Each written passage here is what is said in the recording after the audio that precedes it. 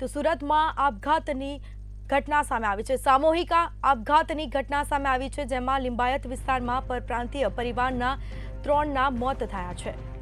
તો બાળક અને પત્નીને જ્યારે દવા આપી અને પોતે પણ ગળે ફાંસો ખાઈને આપઘાત કર્યો છે। આપઘાત કરવા પાછળનું કારણ અકબંધ જાણવા મળેલ છે। તો આપઘાત શેના કારણે કર્યો છે તે કારણ હજી સામે આવ્યું નથી। મૃતદેહને પીએમ અર્થે હોસ્પિટલ લઈ જવામાં આવ્યા છે। તો સમગ્ર મામલે પોલીસે વધુ તપાસ હાથ ધરી છે। તો સમાચાર પ્રાપ્ત થયા છે સુરતથી। સામૂહિક આપઘાતની ઘટના લિંબાયત વિસ્તારમાં પરપ્રાંતીય પરિવારના 3 લોકોના મોત નિપજ્યા। તો શેના કારણે આપઘાત કર્યો છે તે કારણ સાચું સામે આવ્યું નથી, પરંતુ પોલીસે આ મામલે વધુ તપાસ હાથ ધરી છે। આપઘાત કરવા પાછળનું કારણ અકબંધ। મૃતદેહને પીએમ અર્થે હોસ્પિટલ લઈ જવામાં આવ્યો હતો। તો આ મામલે પોલીસ પણ ઘટના સ્થળ પર પહોંચી વધુ તપાસ શરૂ કરી છે। આપઘાત શેના કારણે કર્યો છે તે કારણ હજી ચોક્કસ સામે આવ્યું નથી, પરંતુ પોલીસે સમગ્ર મામલે વધુ તપાસ શરૂ કરી છે।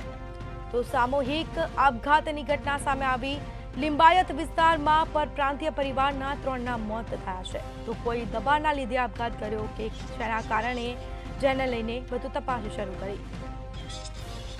વધુ વિગતો સાથે સંવાદદાતા દિવ્યેશ પરમાર ફોન લાઈન પર જોડાઈ ગયા છે। જી, સુરતમાં સામૂહિક આપઘાતની ઘટના સામે આવી, શું છે સમગ્ર મામલો?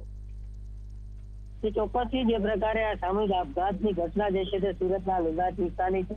લિંબાયત વિસ્તારમાં આવેલા રૂસ્તમ પાર્ક જે સોસાયટી છે તેમાં એક પરિવારના 3 સભ્યોએ સામૂહિક આપઘાત કર્યો હતો। પોલીસ જે છે તેમને જાણ કરવામાં આવી હતી અને તાત્કાલિક પોલીસ ઘટનાસ્થળ પર આવી રૂમનો દરવાજો ખોલતા અંદરથી 3 લાશ મળી આવી હતી, જેમાં 38 વર્ષીય સૌમેશ ભિક્ષાપતિ, તેમના પત્ની નિર્મલા અને તેમનો 7 વર્ષનો દીકરો દેવઋષિ।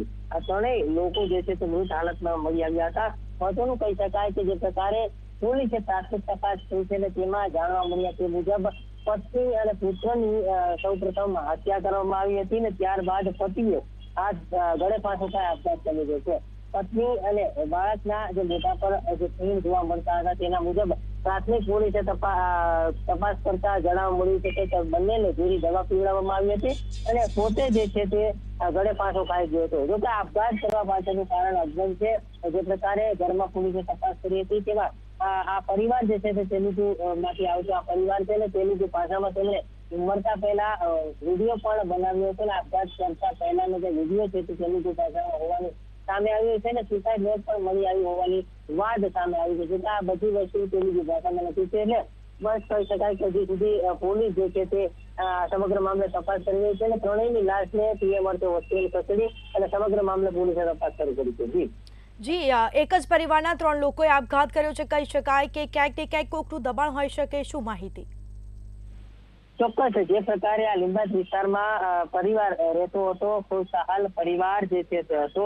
38 વર્ષીય જે ભિક્ષાપતિ સૌમેશ ભિક્ષાપતિ જે છે તે ક્યાંક ને ક્યાંક પોતાના પરિવાર સાથે આસપાસમાં વાત કરતા એવું મળી રહ્યું છે કે ખુશ મિજાજથી રહેતા હતા, પરંતુ શું કારણ હોઈ શકે છે આપઘાત પાછળનું તે પોલીસ તપાસ કરી રહી છે। કારણ કે જે પ્રકારે વિડીયા પણ બનાવવામાં આવ્યા છે એ પણ પોલીસ પાસે છે, પરંતુ આ વિડીયા તેલુગુ ભાષામાં છે એટલે પોલીસ જે છે ત્યાં તેલુગુ ભાષામાં જે વિડીયા છે તે અનુવાદ કરીને સમજશે ત્યારે સમગ્ર મામલો સામે આવશે। પરંતુ હકીકતમાં હાલ જે પ્રકારે પોલીસે તપાસ શરૂ કરી છે ત્યારે પ્રાથમિક દ્રષ્ટિએ કોઈ દબાણ હોય એવું લાગી રહ્યું છે। કારણ કે જે પ્રકારે પત્ની, પુત્ર અને પતિ આ 3એ સામૂહિક આપઘાત કર્યો છે તે જે પતિ આપઘાત કરીને તેની પાછળ તેમના પત્ની અને પુત્ર રહે તેને પણ તકલીફ થવાની હોય અને તેના કારણે આ પગલું પતિએ ભર્યું છે અને પતિ, પુત્ર અને પતિ આ 3એ આપઘાત કરી લીધો છે અને કહી શકાય કે તેનું દબાણ વચ્ચે આપઘાત કરી લેવામાં આવ્યો હોઈ શકે છે। કારણ કે જે પ્રકારે પત્ની અને પુત્રને ઝેરી દવા પીવડાવી દેવામાં આવી હતી અને પોતે પણ ગળે ફાંસો ખાઈ લીધો હતો એટલે કહી શકાય કે આ 3 જે પરિવાર છે તે સુરત મજૂરી કામ જે તેના પતિ છે તે કરતા હતા અને પરિવારને ગુજરાન ચલાવતા હતા। ત્યાં દરમિયાન 3ના આપઘાતને લઈને અત્યારે રહસ્ય ઘૂંટાઈ રહ્યું છે, પરંતુ હાલ સમગ્ર મામલે પોલીસ તપાસ કરી રહી છે। તપાસ અંતે જ આપઘાત કરવા પાછળનું કારણ શું હતું તે સત્ય હકીકત બહાર આવશે। જી, પોલીસ ઘટનાસ્થળ પર પહોંચી ઘરની કોઈ તપાસ કરી અને કોઈ સુસાઇડ નોટ કે કંઈ એવું લખાણ મળી આવ્યું કે આપણે કહી શકીએ કે આના કારણે કોઈ આપઘાત કર્યો હોય તેવું? જે ચોક્કસથી જે પ્રકારે પોલીસે ઘટના સ્થળ પર જઈ અને તપાસ કરી હતી એમાં જે પ્રકારે આપઘાત કરતા પહેલા જે તેમને વિડીયો જે છે તે વિડીયો પણ મળી આવ્યા છે। સૌમેશ ભિક્ષાપતિ જે છે તેમણે આપઘાત કરતા પહેલા જે વિડીયો છે તે બનાવ્યા હતા, પરંતુ આ વિડીયો તેલુગુ ભાષામાં છે. સાથે સાથે એક ચિઠ્ઠી પણ મળી આવી છે. આ ચિઠ્ઠી પણ તેલુગુ ભાષામાં લખાણ છે.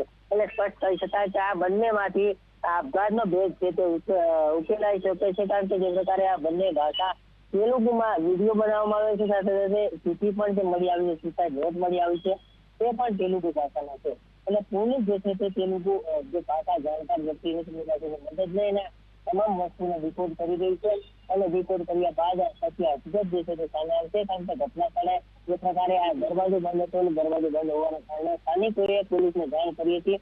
અંદરથી કોઈ પ્રત્યુત્તર ન મળતો હતો. પોલીસે આવી અને તપાસ કરતા જ આ રૂમની અંદરથી 3 જે લાશ છે તે મળી આવી હતી. અને પોલીસે આ સમગ્ર મામલે તપાસ હાથ ધરતા સુસાઇડ નોટ અને મોબાઈલ પરના જે વિડીયો છે તે વિડીયો પણ તેને મળી આવ્યા હતા. હાલ સમગ્ર મામલે પોલીસે આપઘાત કરવા પાછળનું મુખ્ય કારણ શું છે તે અંગેની તપાસ હાથ ધરી છે. મહત્વનું કહી શકાય કે પરિવારે તેલુગુ ભાષામાં વિડીયો કર્યા છે, એટલે કદાચ તેમના વતનની પણ કોઈ મુશ્કેલી તેમને સતાવી રહી હોય અને અહીંયા આપઘાત કરવા મજબૂર બન્યા હોય. તેથી હકીકત જે પ્રકારે જોવામાં આવી રહી છે, જે પ્રકારે તેનું દબાણ પણ હોઈ શકે છે, અને તેના કારણે તેમને આ પગલું ભર્યું હોઈ શકે છે.